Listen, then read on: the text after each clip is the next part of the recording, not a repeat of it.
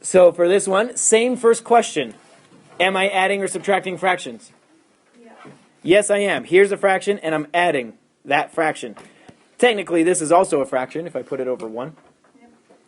And when I'm adding or subtracting fractions, I must get a common denominator.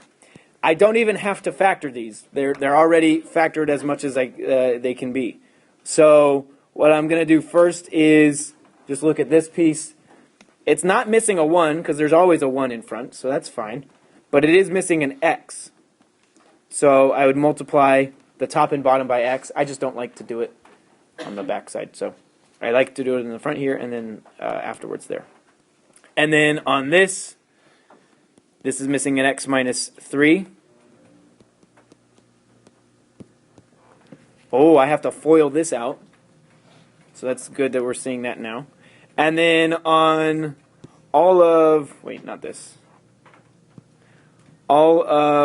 this stuff, like here, I need x and x minus 3, right? Do we understand that? Maybe? Maybe not? Well, I'm going to FOIL this out. X times x is x squared. X times negative 3 is negative 3x. 3 times x is positive 3x. 3 times negative 3 is negative 9. Plus, from there, that's where the plus is coming from. And then I can just distribute. 1x is the same thing as x. So I get x squared minus 3x equals 2x squared. So I have all this stuff. And because I'm using an equation, or because I'm dealing with an equation, these would have the same denominator. Something there, something there. I can multiply by that, and it would cancel out. So I don't need to write the denominator at all. That's the shortcut. Because they would cancel out. So then I combine like terms. Those cancel out. Negative 3 plus 3 go away. And then I have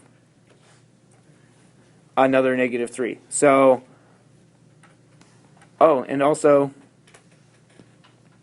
on the left side I have 2x squareds. They don't cancel out because they're both positive.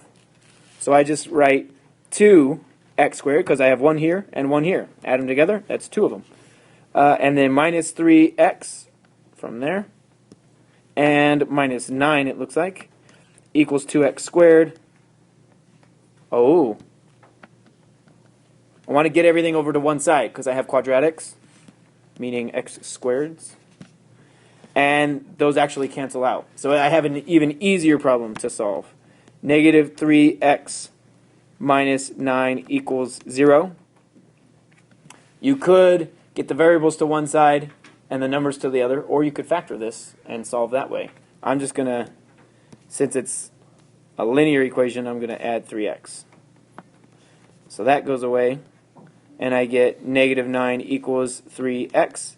Divide by 3. X equals negative 3.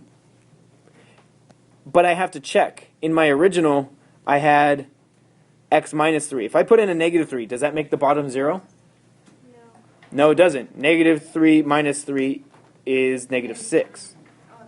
Negative 6, we're adding or subtracting, so careful with that. So that's fine, and it doesn't make this 0, so we're good. That is indeed our answer.